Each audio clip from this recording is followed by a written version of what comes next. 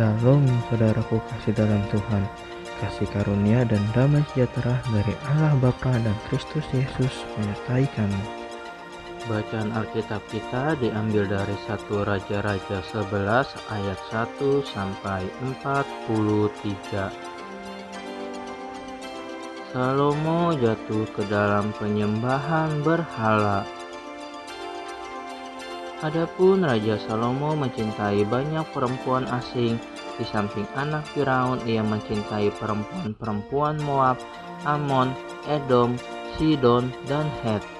Padahal tentang bangsa-bangsa itu, Tuhan telah berfirman kepada orang Israel, "Janganlah kamu bergaul dengan mereka dan mereka pun janganlah bergaul dengan kamu, sebab sesungguhnya mereka akan mencondongkan hatimu kepada allah-allah mereka." Hati Salomo telah terpaut kepada mereka dengan cinta. Ia mempunyai 700 istri dari kaum bangsawan dan 300 kundik. Istri-istrinya itu menarik hatinya daripada Tuhan. Sebab pada waktu Salomo sudah tua, istri-istrinya itu mencondongkan hatinya kepada allah-allah lain, sehingga ia tidak dengan sepenuh hati berpaut kepada Tuhan Allahnya seperti Daud ayahnya. Demikianlah Salomo mengikuti Astoret, dewi orang Sidon, dan mengikuti Milkom, dewa kejijikan sembahan orang Amon. Dan Salomo melakukan apa yang jahat di mata Tuhan, dan ia tidak dengan sepenuh hati mengikuti Tuhan seperti Daud ayahnya.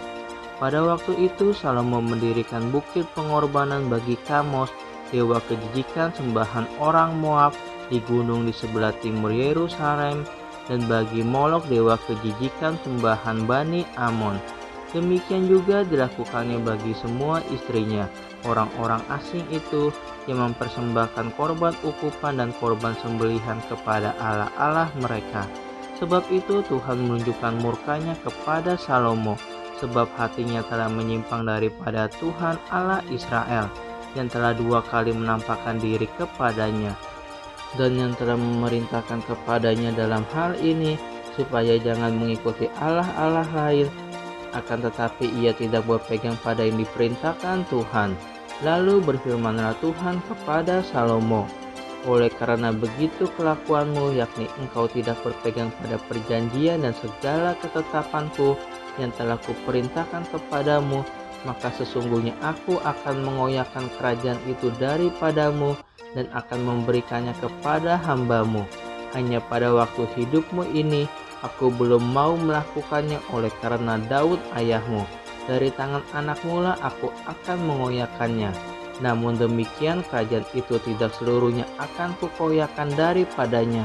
1 suku akan kuberikan kepada anakmu oleh karena hambaku Daud dan oleh karena Yerusalem yang telah kupilih." Lawan-lawan Salomo. Kemudian Tuhan membangkitkan seorang lawan Salomo, yakni Hadad orang Edom, ia dari keturunan Raja Edom. Sesudah Daud memukul kala orang Edom, maka Panglima Yoab pergi menguburkan orang-orang yang mati terbunuh, lalu menewaskan semua laki-laki di Edom. 6 bulan lamanya Yoab diam di sana dengan seluruh Israel, sampai dilenyapkannya semua laki-laki di Edom. Tetapi Hadad melarikan diri bersama-sama dengan beberapa orang Edom dari pegawai-pegawai ayahnya dan mengungsi ke Mesir. Adapun Hadad itu masih sangat muda. Mereka berangkat dari Midian lalu sampai ke Paran. Mereka membawa beberapa orang dari Paran, lalu mereka sampai ke Mesir kepada Firaun raja Mesir. Ia ini memberikan rumah kepada Hadad, menentukan belanjanya dan menyerahkan sebidang tanah kepadanya. Hadad demikian disayangi Firaun, sehingga diberikannya kepadanya seorang istri, yakni adik istrinya sendiri, adik permaisuri Tapenes. Lalu adik Tapenes itu melahirkan baginya seorang anak laki-laki, Genubat namanya, dan Tapenes menyapi dia di istana Firaun, sehingga Genubat ada di istana Firaun di tengah-tengah anak-anak Firaun sendiri. Ketika didengar Hadad di Mesir bahwa Daud telah mendapat perhentian bersama-sama dengan nenek moyangnya, dan bahwa Panglima Yoab sudah mati juga, maka berkatalah Hadad kepada Firaun, "Biarkanlah aku pergi ke negeriku." Lalu bertanyalah Firaun kepadanya, Tetapi kekurangan apakah engkau padaku ini, maka engkau tiba-tiba berniat pergi ke negerimu? Jawabnya, aku tidak kekurangan apapun, namun demikian biarkanlah juga aku pergi. Allah membangkitkan pula seorang lawan Salomo, yakni Rezon bin Eliada, yang telah melarikan diri dari tuannya, yakni Hadadezer Raja Jobah. Ia mengumpulkan orang-orang lalu menjadi kepala gerombolan ketika Daud hendak membunuh mereka. Maka pergilah mereka ke Damsyik. Mereka diam di sana dan disitulah mereka mengangkat Rezon menjadi raja. Dialah yang menjadi lawan Israel sepanjang umur Salomo. Ia mendatangkan malapetaka seperti Hadad. Ia muak akan orang Israel dan menjadi raja atas Aram.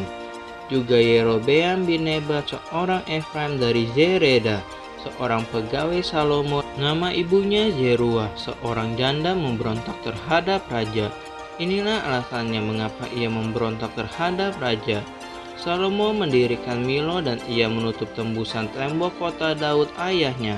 Yerobeam adalah seorang tangkas. Ketika Salomo melihat bahwa orang muda itu seorang yang rajin bekerja, maka ditempatkannya dia mengawasi semua pekerja wajib dari keturunan Yusuf. Pada waktu itu ketika Yerobeam keluar dari Yerusalem, Nabi Ahia orang Siro itu mendatangi dia di jalan dengan berselubungkan kain baru, dan hanya mereka berdua ada di padang. Ahia memegang kain baru yang di badannya, lalu dikoyakannya menjadi 12 koyakan, dan ia berkata kepada Yerobeam, ambillah bagimu 10 koyakan, sebab beginilah firman Tuhan Allah Israel. Sesungguhnya aku akan mengoyakkan kerajaan itu dari tangan Salomo dan akan memberikan kepadamu 10 suku. Tetapi 1 suku akan tetap padanya oleh karena hambaku Daud dan oleh karena Yerusalem, kota yang kupilih itu dari segala suku Israel. Sebabnya ialah karena ia telah meninggalkan aku dan sujud menyembah kepada Astoret dewi orang Sidon, kepada Kamos Allah orang Moab, dan kepada Milkom Allah Bani Amon, dan ia tidak hidup menurut jalan yang kutunjukkan dengan melakukan apa yang benar di mataku, dan dengan tetap mengikuti segala ketetapan dan peraturanku seperti Daud ayahnya. Bukan dari tangannya akan kuambil seluruh kerajaan itu. Aku akan membiarkan dia tetap menjadi raja seumur hidupnya oleh karena hambaku Daud yang telah kupilih dan yang tetap mengikuti segala perintah dan ketetapanku. Tetapi dari tangan anaknya lah aku akan mengambil kerajaan itu dan akan memberikannya kepadamu, yakni 10 suku. Dan kepada anaknya akan kuberikan 1 suku supaya hambaku Daud selalu mempunyai keturunan di hadapanku di Yerusalem, kota yang kupilih bagiku supaya namaku tinggal di sana.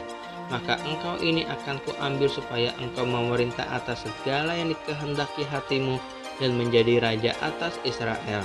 Dan jika engkau mendengarkan segala yang kuperintahkan kepadamu dan hidup menurut jalan yang kutunjukkan dan melakukan apa yang benar di mataku dengan tetap mengikuti segala ketetapan dan perintahku seperti yang telah dilakukan oleh hambaku Daud, maka aku akan menyertai engkau dan aku akan membangunkan bagimu suatu keluarga yang teguh seperti yang kubangunkan bagi Daud, dan aku akan memberikan orang Israel kepadamu.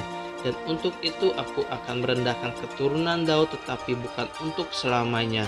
Lalu Salomo berikhtiar membunuh Yerobeam, tetapi Yerobeam bangkit dan melarikan diri ke Mesir kepada Sisak raja Mesir, dan di Mesir ia tinggal sampai Salomo mati. Salomo mati.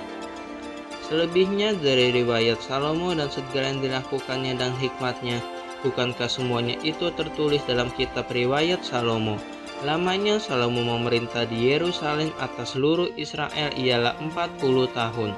Kemudian Salomo mendapatkan perhentian bersama-sama dengan nenek moyangnya, dan ia dikuburkan di kota Daud ayahnya. Maka Rehabeam anaknya menjadi raja menggantikan dia.